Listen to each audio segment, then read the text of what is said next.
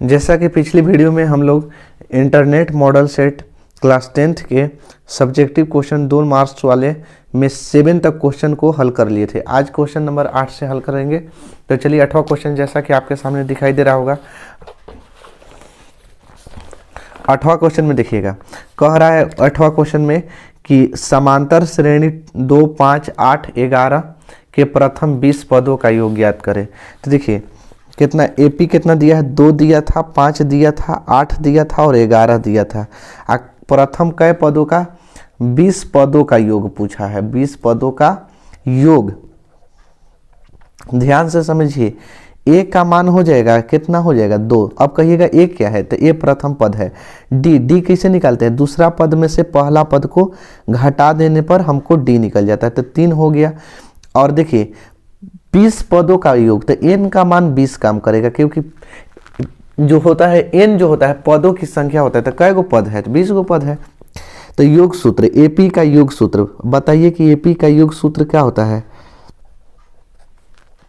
आप लोग जानते हैं एपी का योग सूत्र कि एस एन बराबर n/2 2a plus n-1 into D होता है। ठीक है, यही एपी का योग सूत्र।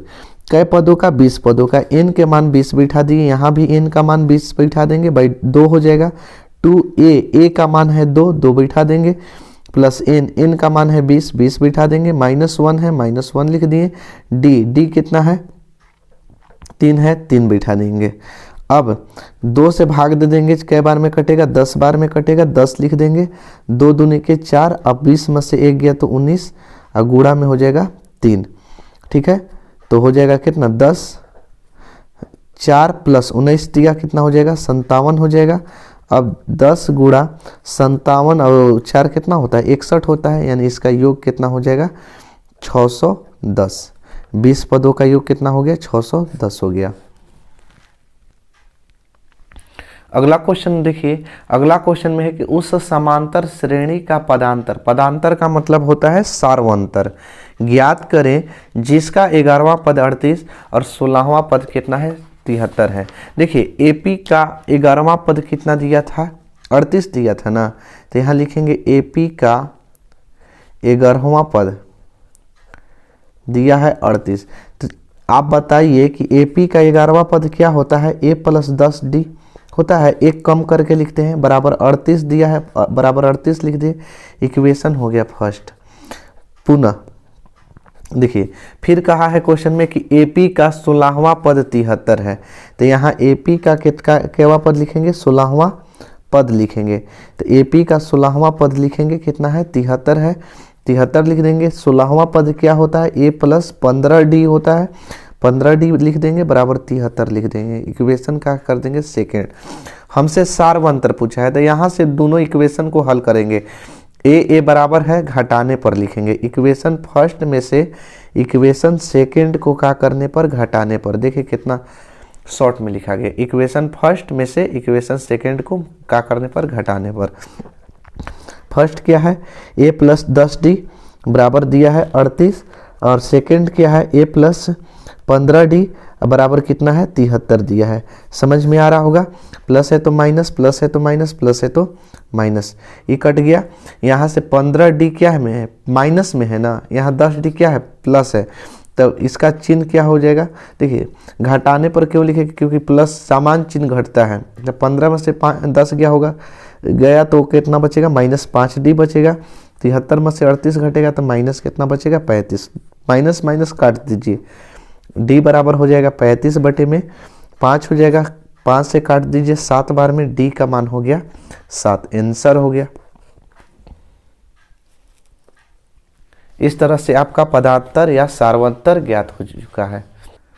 अगला क्वेश्चन में कह रहा है कि P का वह मान ज्ञात कीजिए यदि बिंदु A 0,2 बिंदु 3 P तथा और 5 से समदूरस्थ है। कौन समदूरस्थ है, ए ना, किससे, इससे तथा इससे समदूरस्थ है। समदूरस्थ का मतलब समझिए, देखिए समदूरस्थ, अगर यहाँ से एक पाई पार ले, ठीक है, अभी मतलब समझा दे रहे हैं। समदूरस्थ, समदूरस्थ, सम माने आप लोग जानते होंगे बराबर, बराबर, और दूर का मतलब दूरी, अस्थ माने स्थित, यानी कि जो समान दूरी पर स्थित हो, जो समान दूरी पर स्थित हो उसी को हम क्या कहेंगे, समदूरस्थ कहेंगे। तो कौन समान दूरी पर है, बिंदु ए न है, यहाँ लिख देते हैं ए, यहाँ लिख देते हैं बी और यहाँ लिख देते हैं सी। ए जो है ऐसे दिया नहीं है, अपना से नाम रख लिए। ए कितना है, 0 और 2 है।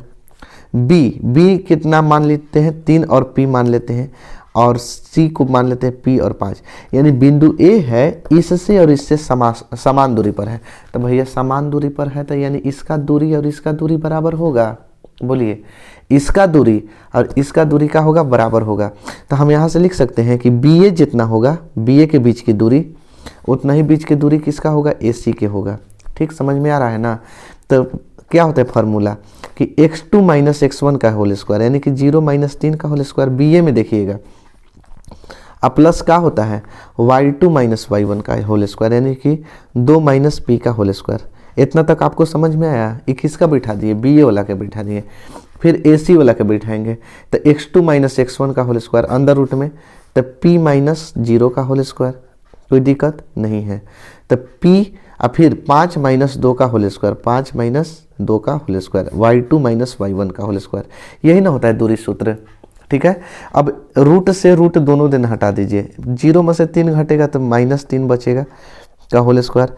इसको तोड़ देते हैं किस पर, a माइनस बी का होल स्क्वायर पर। तो ए स्क्वायर माइनस 2, ए का मान 2 और बी का मान p और प्लस पी स्क्वायर। ठीक है, बराबर रूट हटा देंगे दोनों तरफ से, तो पी स्क्वायर, पी में से 0 गया तो पी स्क्वायर, अब 5 में से 2 गया तो 3 का होल स्क्वायर।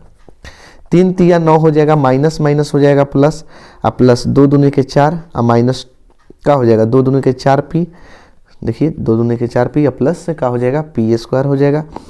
और सबको इधर ले दीजिएगा ना, पी स्क्वायर। अब 3 तिया 9 हो जाएगा, प्लस में 9 हो जाएगा तो इधर आके माइनस में 9 इक्वल टू 0। यहाँ से देखिए -9 और +9 कट गया, पी स्क्वायर माइनस में, पी स्क्वायर प्लस में कट गया। अब यहाँ से आपका बचेगा -4p और प्लस में क्या बचेगा, 4 बचेगा। सजा दिए थोड़ा सा 0। अब का के 4 को इधर भेज देंगे, -4p, अब प्लस में 4 है तो माइनस में 4 हो जाएगा। तो p बराबर -4 बाई -4, माइनस माइनस कट गया, 4 से 4 कटा दीजिए एक बार में, p का मान हो गया 1। समझ में आ गया होगा। ठीक है, चलिए अगला क्वेश्चन को देखते हैं। अगला क्वेश्चन आपको दिखाई दे रहा होगा कि बिंदुओं P1 - 2 Q -3 और 4 है को मिलाने वाली रेखाखंड PQ को 1:2 के अनुपात में अंतः विभाजित करता है।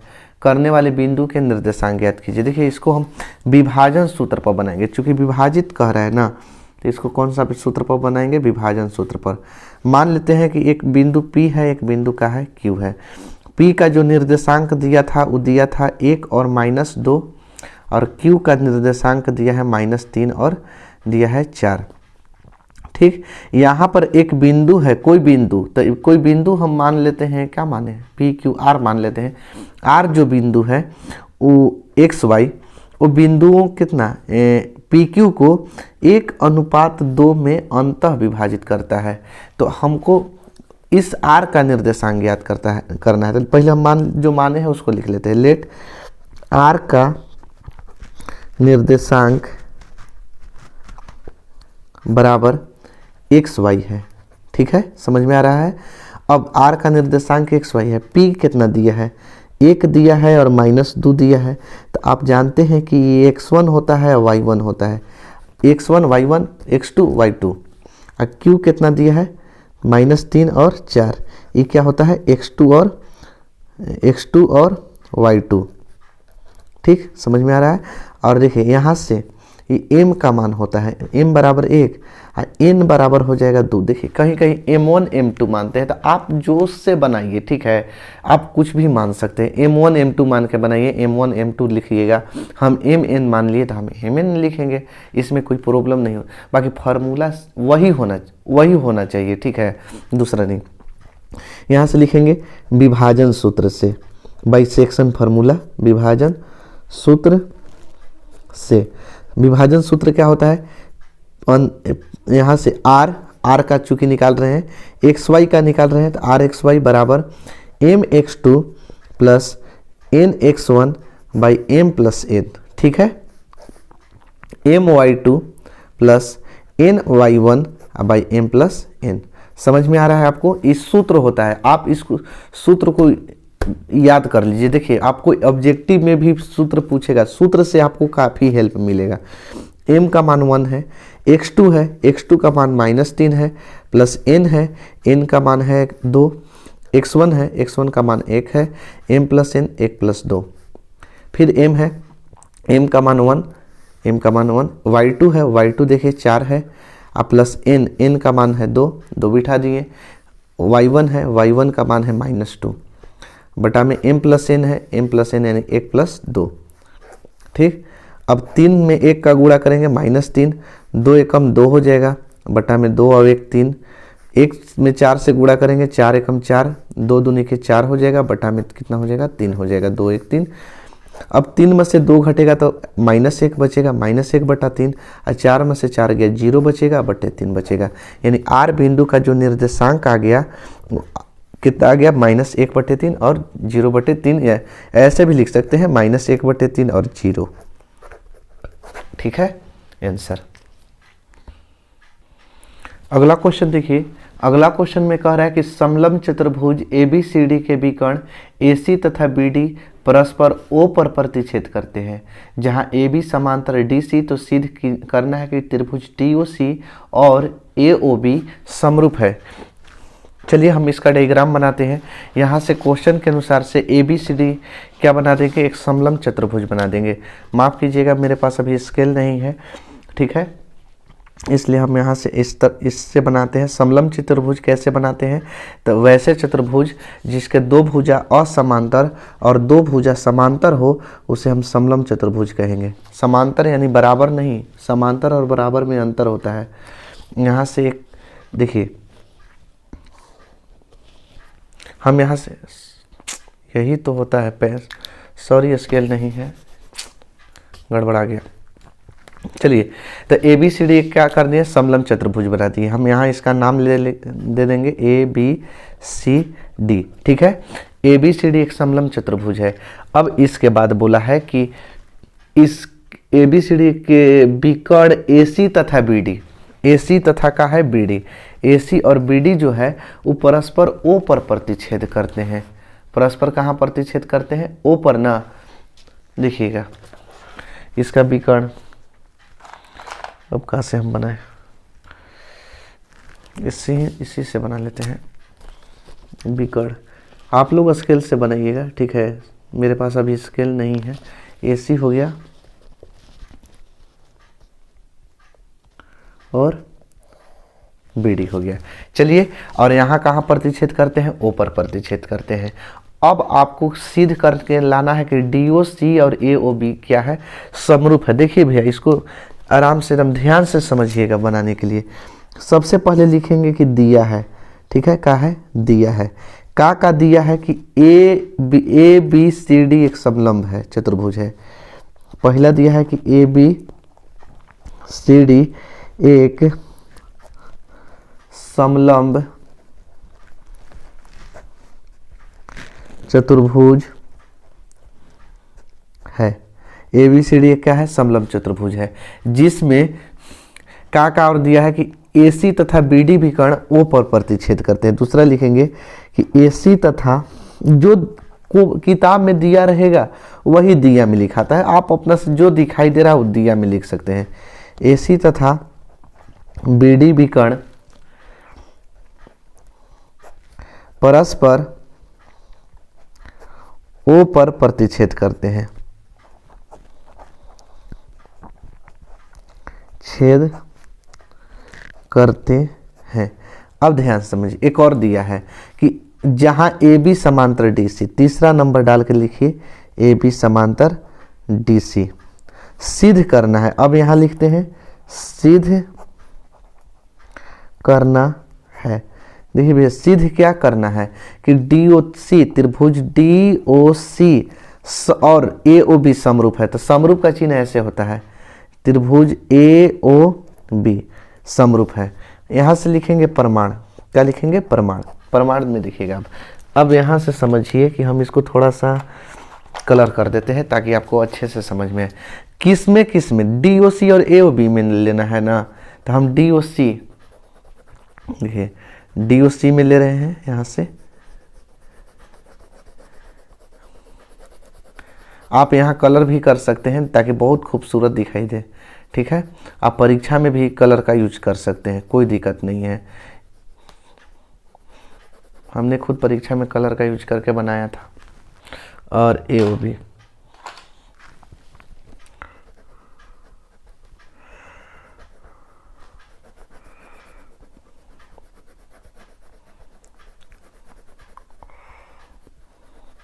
देखिए भैया अब कितना खूबसूरत लगने लगा, ताकि इससे पता चल गया कि हम यही त्रिभुज में ले रहे हैं, DOC और AOB।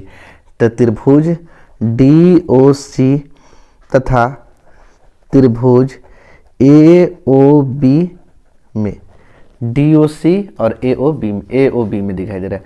ध्यान से देखिए यहाँ से कि एंगल O और एंगल O इसमें दोनों आमने सामने है कि नहीं है, तो इस शीर्षाभिमुख कोण से बराबर हो जाएगा।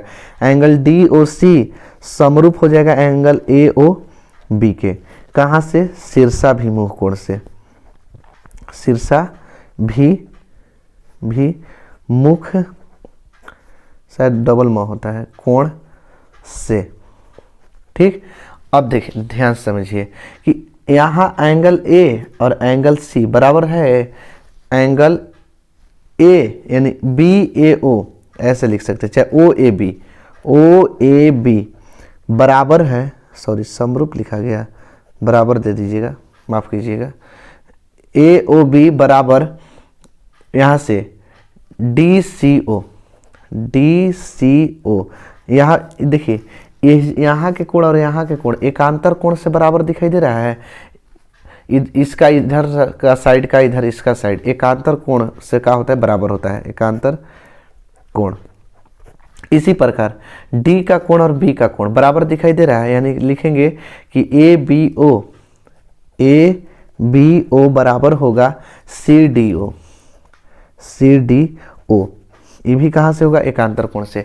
तो आप बताइए कि जब ये वाला कोण इसके बराबर हो गया, ये वाला इसके बराबर, ये वाला इसके बराबर, जब तीनों एंगल बराबर हो जाता है किसी त्रिभुज के, तो वह क्या होता है? समरूप हो जाता है। समरूप का शर्त ही होता है कि उनके संगत कोण बराबर होना चाहिए। तो यहाँ से लिख सकते हैं कि त्रिभुज DOC समरूप हो गया त्रिभुज AOB का। एंगल समरूपता, ठीक है, प्रूव्ड। आगे समझिए, अगला क्वेश्चन दिखाई दे रहा होगा आपको।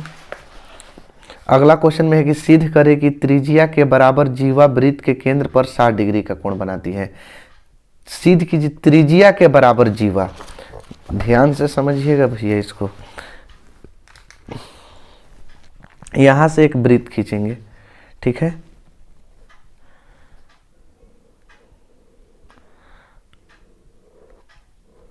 एक बढ़िया सा वृत्त खींच लिए। वृत्त खींचने के बाद स्केले तो नहीं है हमारे पास, क्या करें, इससे बना देते हैं। यहाँ से देखिए ध्यान से समझिए, ये केंद्र हो गया वृत्त का, यहाँ से ऐसे रख के ऐसे खींच दिए, होगा नहीं ना, है ना, यहाँ से ऐसे खींच दिए और यहाँ से एक जीवा खींच देते हैं, अच्छे से खींचा गया। देखिए सिद्ध कर रहा है कि त्रिज्या के बराबर जीवा, ये त्रिज्या हो गया वृत्त के केंद्र से जो होकर जाता है वो क्या होता है? त्रिज्या। ये त्रिज्या हो गया और ये त्रिज्या के बराबर जीवा है। तो सबसे पहले हम लोग यहां से लिखेंगे दिया है, पहला दिया है कि O केंद्र, यहां से नाम लिख लेते हैं AB, O केंद्र वाला एक वृत्त है, एक क्या है? वृत्त है। दूसरा दिया है कि OA तथा OB वृत्त की दो त्रिज्या है। त्रिज्या है। तीसरा नंबर में लिखिएगा कि ए बी वृत्त की जीवा है, कि जीवा है। सिद्ध करना है, सिद्ध करना है, सिद्ध क्या करना है भैया कि वृत्त का केंद्र पर 60 डिग्री, वृत्त के केंद्र पर जीवा वृत्त के केंद्र पर 60 डिग्री का कोण बनाती है। जीवा वृत्त के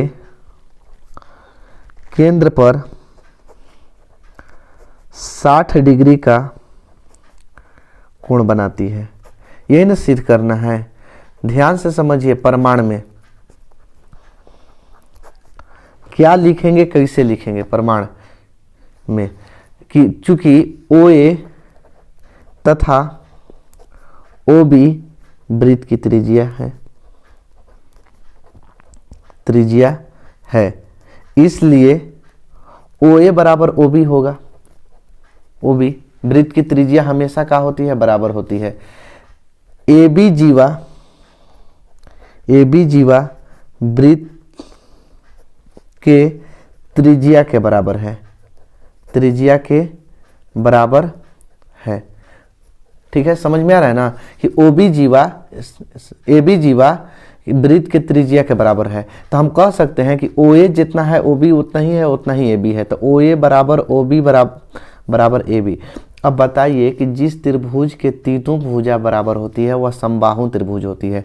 तो अतः यह समबाहु त्रिभुज है।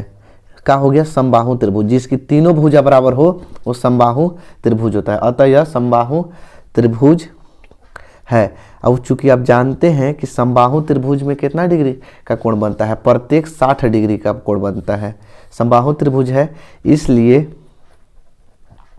इसका प्रत्येक कोण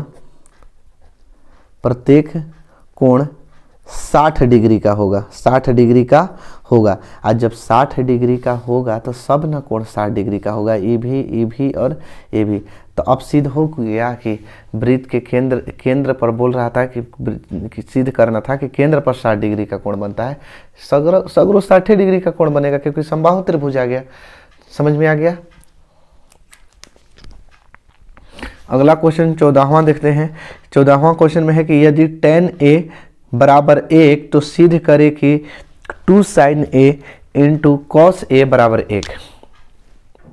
यहां से देखिएगा tan A बराबर 1 दिया था ना, ठीक। और सिद्ध करना क्या था कि सिद्ध करना है कि 2 sin A into cos A बराबर 1। देखिए एकदम आसान तरीका हम बनाते हैं, एकदम आसान तरीका से समझिए। चूंकि tan A बराबर दिया है 1 तो 1 को हम tan 45 डिग्री लिख सकते हैं। क्यों? क्योंकि tan 45 का मान 1 होता है। तो A का मान हो जाएगा यहाँ से 45 डिग्री। यहाँ से हम क्या कर दिए कि tan हटा दिए। अब क्या करेंगे, हमको सिद्ध करना है ना, तो LHS लिखेंगे। LHS कितना, LHS से RHS ले आ देना है। 2 sin A into cos A, ठीक। तो 2 sin A का मान है कितना 45 डिग्री, A का मान बिठा दिए 45 डिग्री। cos A है, A का मान कितना है 45 डिग्री है, 45 डिग्री बिठा दिए। 2 sin 45 डिग्री का मान होता है 1/√2 गुणा फिर cos 45 डिग्री है तो 1/√2। अब देखिए 2 1 में 1 से गुणा करेंगे 1, √2 में √2 से करेंगे 2, 2 से 2 कट गया, 1 आ गया। देखिए 1 किसके बराबर है, RHS के बराबर है, RHS लिख दिए राइट हैंड साइड। आगे क्वेश्चन देखिए। अगला क्वेश्चन में दिखाई दे रहा होगा कि 2 sin square 45 degree plus cos square 45 degree, tan square 30 degree और प्लस cos स्क्वायर 90 डिग्री का मान ज्ञात करें। यहाँ से क्वेश्चन हम लिख देंगे कि 2 है sin स्क्वायर 45 डिग्री और प्लस cos स्क्वायर 45 डिग्री बटा में tan square 30 degree plus cos square 90 degree. आप यहाँ से देखिएगा, थोड़ा सा समझिए। Sine square theta plus cos square theta बराबर 1 होता है। जब थीटा सेम हो, तो थीटा सेम है तो 2 यहाँ 1 लिख सकते हैं दोनों के जगह पर। अब देखिए tan 30 डिग्री का मान 1/√3 होता है, तो होल स्क्वायर है तो होल स्क्वायर दे देंगे। और प्लस कॉस स्क्वायर 90 है ना, तो कॉस 90 का मान होता है 0, 0 के स्क्वायर दे देंगे, 0 कोई फर्क नहीं पड़ेगा। 2 एकम 2, फिर 1 एकम 1, अब बट्टा में √3 को 2 बार गुणा करेंगे तो 3 हो जाएगा। तो बट्टा के बट्टा में आता है तो नीचे वाला ऊपर चल जाता है, यानी कि 2 गुणा 3/1 लिख देंगे, 3 दूनी के 6/1 यानी कि 6 आंसर। आज के लिए बस इतना ही। अब अगले वीडियो में हम लोग 16 से पढ़ेंगे।